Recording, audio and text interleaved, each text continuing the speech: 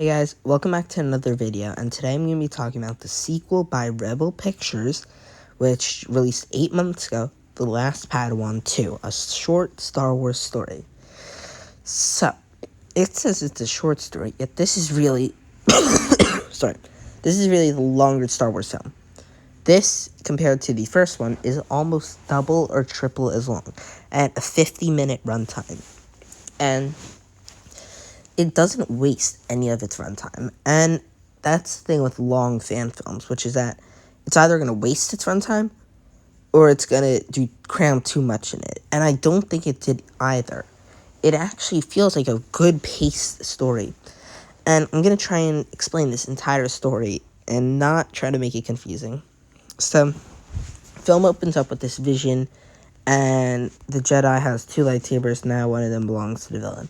We see these rebels with Jax and the guy who dies with long hair. Yeah, I forgot his name.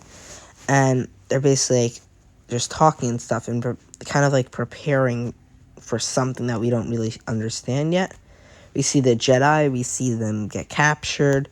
We see them get captured. We see them die. We see some members of the gang die.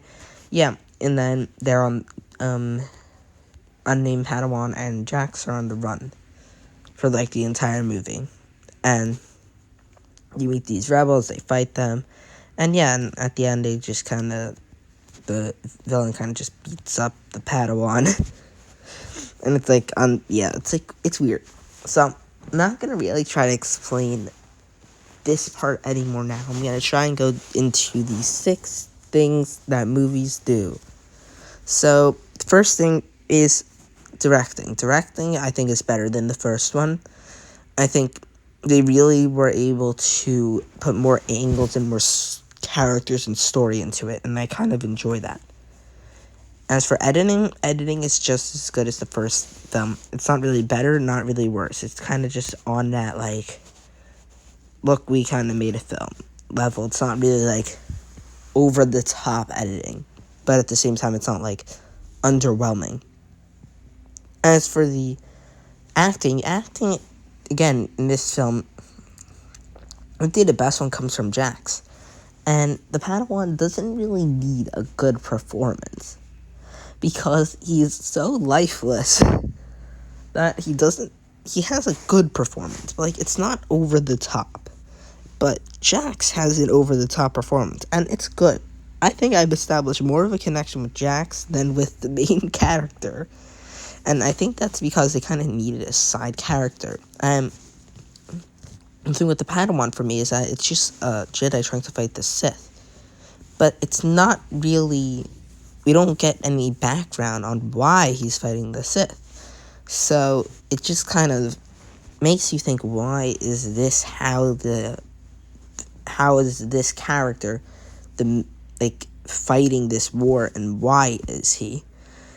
And then there's this whole trap scene, which I actually really enjoy, because I like seeing Jax and him fight, because that seems like that is a really big turning point in the film where they do fight and stuff. Moving on to choreography, once again, the choreography in this is amazing. Lightsaber duels are not easy to do and make them seem original, and it does seem original, and I really like how it ends without them actually fighting. It ends with him saying, "I'm not going to fight you," because his need for victory is too strong. I think that's actually a genius way to end a film, and especially when you have such a compelling villain as well. The villain is really so good that he needs victory, and to have him not be able to get that ceremonial victory kind of hurts this main villain.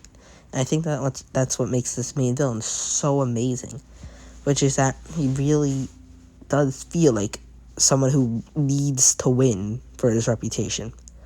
The music in this, it's not over the top, but it's not bad as well.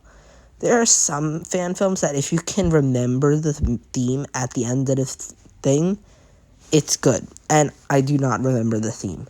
I think there's only 3 that I could actually say have good fan films, music, and that is Sisters of House Black, Origins of the Air, and Sleepwalker.